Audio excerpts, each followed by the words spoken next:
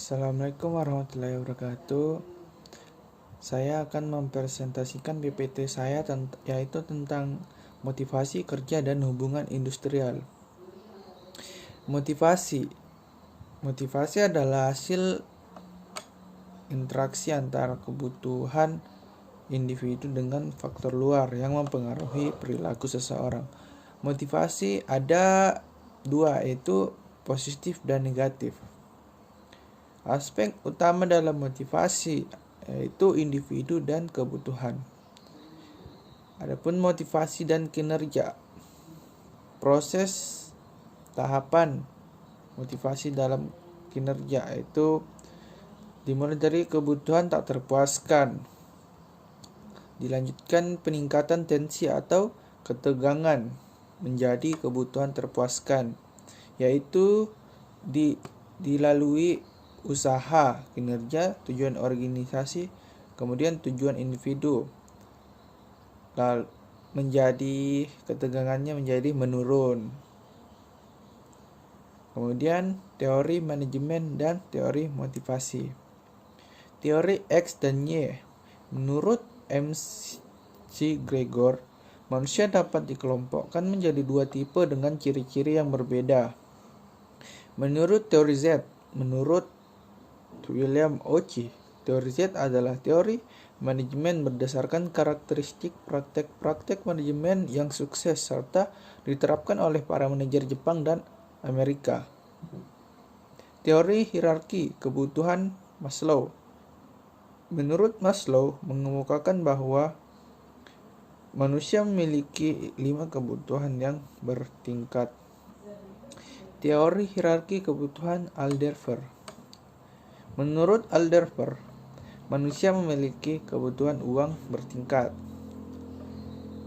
Ada teori 2 faktor. Menurut Esberg, bahwa ada 2 faktor yang mempengaruhi ketidakpuasan dan kepuasan kerja karyawan. Teori 3 kebutuhan. Menurut MC Celan, manusia memiliki 3 jenis kebutuhan yang dipelajari dan dari kebudayaan. Teori penguatan. Menurut B.F. Skinner, perilaku manusia dikendalikan oleh konsekuensi yang mengikutinya. Teori penetapan tujuan, yaitu proses pengidentifikasian tingkat prestasi tertentu yang harus dicapai dalam kurun waktu tertentu. Teori keadilan.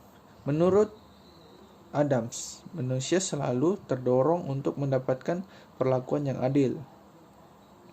Yang terakhir, teori pengharapan. Menurut Fromm, teori pengharapan mengemukakan bahwa kinerja karyawan merupakan fungsi dari kemampuan dan motivasinya. Lalu, pengelolaan dan peningkatan motivasi karyawan. Yang pertama, memotivasi melalui komunikasi efektif. Lalu, yang kedua, pemberdayaan karyawan.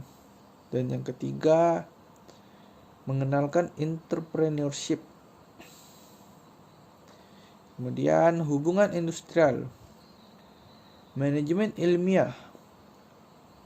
F.W. Taylor. Manajemen ilmiah adalah studi ilmiah dan pembagian pekerjaan menjadi elemen-elemen pekerjaan mekanis terkecil, kemudian merangkainya melalui kombinasi cara yang paling efisien. Kedua ada studi Hawthorne, Elton Mayo.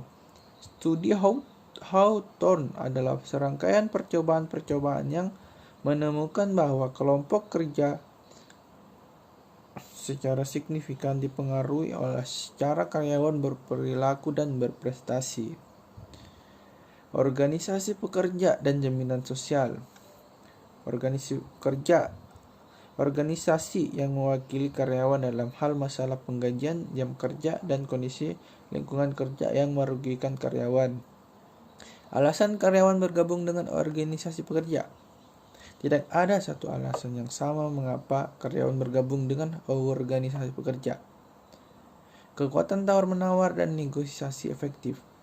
yaitu proses di mana karyawan dan pemilik perusahaan diwakili oleh seorang atau lembaga untuk bernegosiasi tentang sebuah kontrak kerja yang mengatur penggajian, jam kerja, dan beberapa kebijakan terhadap karyawan.